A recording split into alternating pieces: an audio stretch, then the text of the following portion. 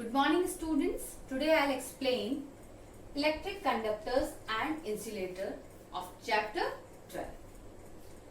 So let us perform an activity to understand about conductors and insulator.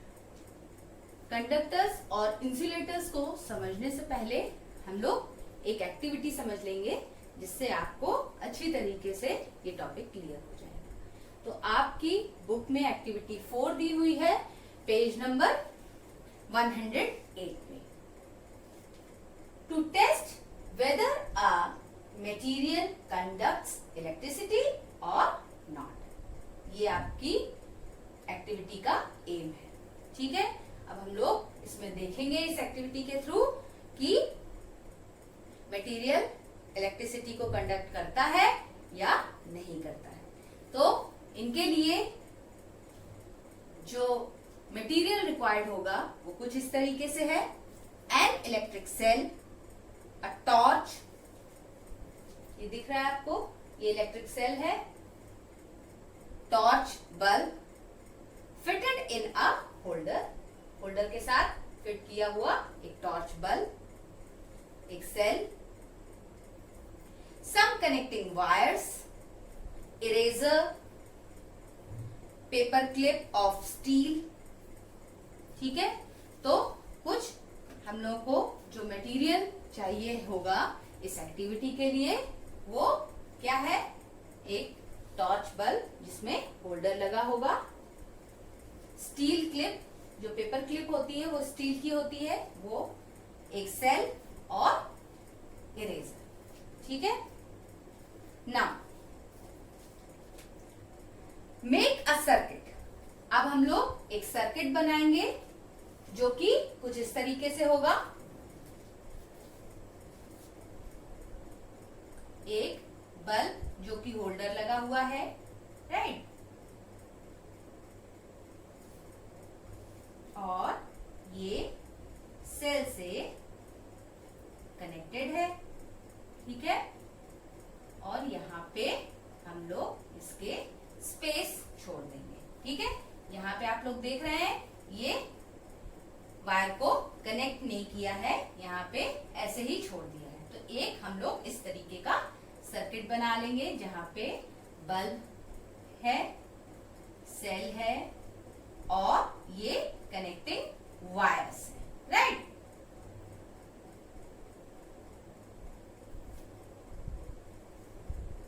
Now leave a gap between the ends A and B.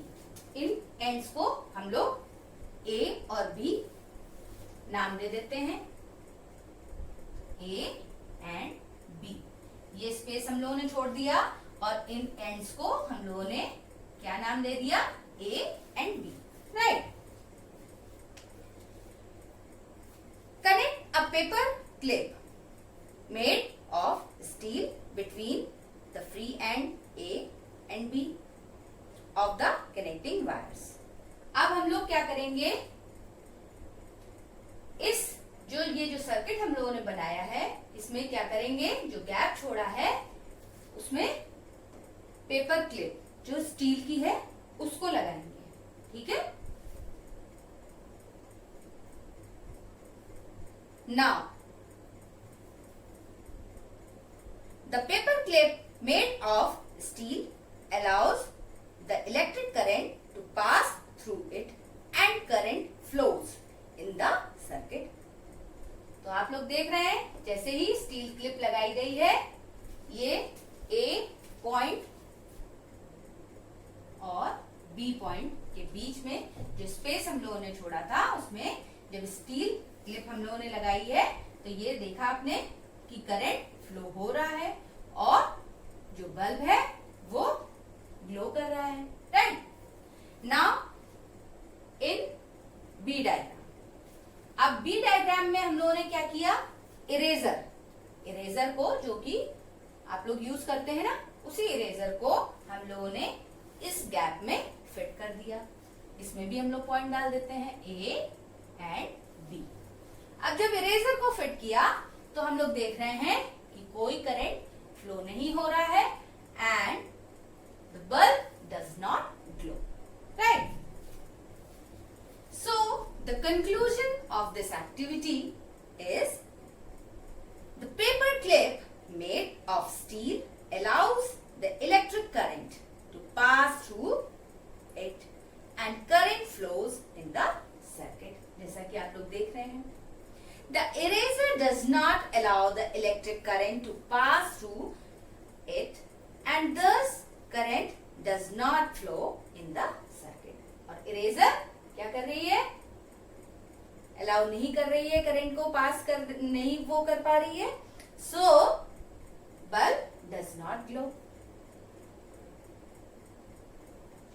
इससे अब आप लोगों को समझ में आया होगा कि स्टील क्लिप जिसकी वजह से करंट फ्लो कर पा रहा है और बल्ब ग्लो कर रहा है, और इरेजर जिसकी वजह से करंट फ्लो नहीं हो पा रहा है और बल्ब ग्लो नहीं कर रहा है. So the materials that allow electric current to pass through them are called conductors of electricity. तो ऐसे मटेरियल जो कि इलेक्ट्रिसिटी को अलाउ करते हैं पास होने से, तो उनको क्या बोलते हैं? Conductors of electricity, right? Metals are good conductors of electricity. इसमें से जो मेटल्स होते हैं वो कैसे क्या होते हैं? वो गुड कंडक्टर होते हैं इलेक्ट्रिसिटी के. Electric wires are made up of copper because it is a good conductor of electricity. और इसी वजह से आप लोग जानते होंगे कि ज्यादातर जो इलेक्ट्रिक वायर्स होते हैं हम लोगों के घरों में भी यूज होते हैं, आप लोगों ने देखा भी होगा, वो कॉपर से या एल्यूमिनियम से बने होते हैं. और ये क्या होती है? मेटल होते हैं. और जैसा मैंने अभी आपको बताया कि metals are good conductor of electricity, right? So among non-metal only graphite pencil lead is made of graphite is a good conductor of electricity. Non metals में अभी तो मैंने मेटल्स की बात की, मेटल्स के बारे में मैंने बताया कि ये गुड कंडक्टर होते हैं इलेक्ट्रिसिटी के. इसी तरीके से अगर हम लोग नॉन मेटल्स की बात करेंगे तो नॉन मेटल में ग्रेफाइट ही गुड कंडक्टर होती है इलेक्ट्रिसिटी का, ठीक है? और ये ग्रेफाइट आपकी पेंसिल लेड जो होती है इसकी बनी होती है, right? Is a good conductor of electricity. Switches, electrical plugs and sockets are made up of conductors. तो इलेक्ट्रिकल जो स्विचेस होते हैं, इलेक्ट्रिकल प्लग्स होते हैं, वो किसके बने होते हैं? कंडक्टर के बने होते हैं. Now the materials that do not allow electric current to pass through them are called insulators. तो ऐसे मटेरियल जो कि इलेक्ट्रिक करंट को पास नहीं होने देते हैं उनको क्या बोलते हैं? इंसुलेटर्स बोलते हैं. For example rubber, plastic, eraser, would and glass are all insulators. Electricians wear rubber gloves while working with electricity because rubber is a good insulator and protects them from electric shock. Generally आप लोगों ने देखा होगा आपके घरों में अगर electricians आते हैं तो वो क्या कहते हैं? रबर ग्लव्स पहन लेते हैं जब वो काम करते हैं ना, क्योंकि रबर मैंने अभी आपको बताया इंसुलेटर होती है, यानी कि बैड कंडक्टर होती है इलेक्ट्रिसिटी की, तो वो प्रोटेक्ट करती है ताकि इलेक्ट्रिशियंस को शॉक ना लगे, ठीक है? Rubber and plastics are used for covering electrical wires, plug, tops, switches and other parts of electrical appliances that people might touch. तो आप लोगों ने देखा होगा हम लोगों के घरों में जो वायर्स होते हैं उनके ऊपर क्या होता है? रबर की कोटिंग होती है ना, प्लास्टिक की कोटिंग होती है. हाँ, इसी तरीके से आप लोगों के जो स्विचेस होते हैं घरों में वो भी आप लोगों ने देखा है कि प्लास्टिक कवरिंग होती है, जस्ट बिकॉज कि हम लोगों को शॉक ना लगे, उससे हम लोग सेफ रहें. और प्लास्टिक जैसा मैंने अभी आपको बताया कि इंसुलेटर होता है और वो शॉक लगने से हम लोगों को बचाता भी है। ठीक है, ना इलेक्ट्रिकल सेफ्टी। अब हम लोग थोड़ा सा इलेक्ट्रिकल सेफ्टी के बारे में भी पढ़ेंगे। The electricity which we use at home is generated at electric power stations and brought to our houses by thick cables, है ना। तो जो इलेक्ट्रिसिटी हम लोग अपने घरों पे यूज करते हैं वो कहाँ से जनरेट होती है? इलेक्ट्रिक पावर स्टेशन से ही जनरेट होती है ना। और ये थिक केबल्स के थ्रू हमारे घरों तक पहुंचती है। ठीक है, a person may get an electric shock because our body is a good conductor of electricity. तो अब कभी आप लोगों को शॉक तो लगा ही होगा, है ना। तो वो इसलिए होता है क्योंकि अगर आपने क्या किया कि वेट है, अगर आपके हाथ गीले हैं और आपने कुछ इलेक्ट्रिकल वो अप्लायंस छू लिया जो कि मतलब ऑन है, ठीक है, तो आपको समटाइम्स शॉक लग जाता है।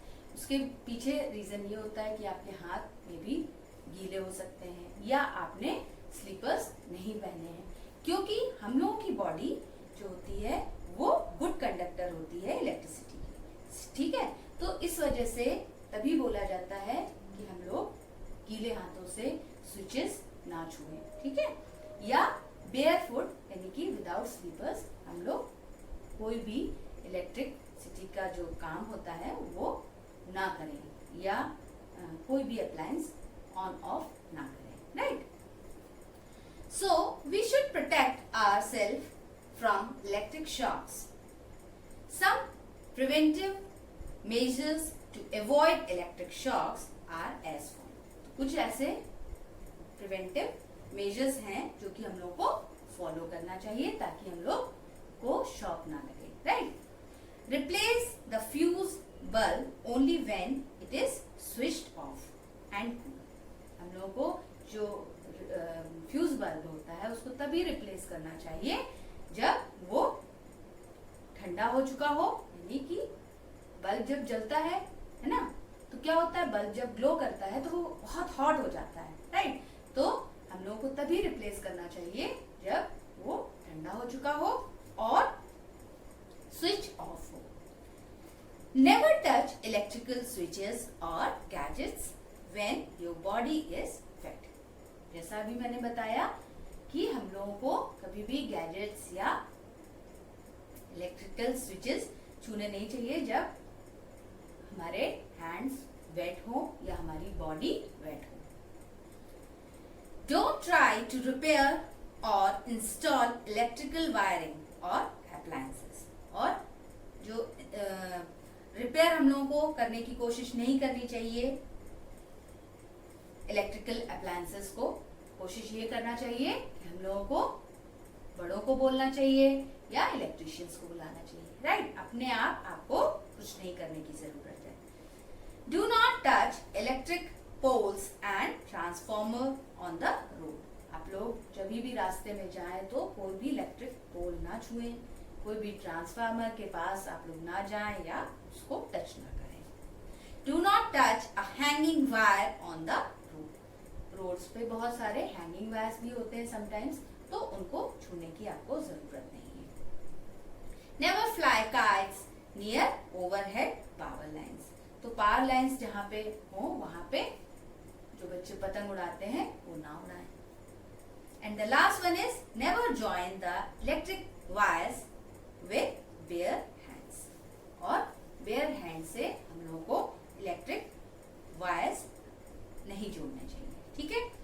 सो ये कुछ इलेक्ट्रिकल सेफ्टी थी जिनको हम लोगों को, जिनके बारे में जो रूल्स हम लोगों को बोले गए हैं वो हमको फॉलो करने चाहिए, ठीक है स्टूडेंट्स। तो यहाँ पे आपका ये चैप्टर कंप्लीट हो गया है और अगर आपको कोई भी कंफ्यूजन हो इस चैप्टर में तो आप मुझसे पूछ सकते हैं। Thank you.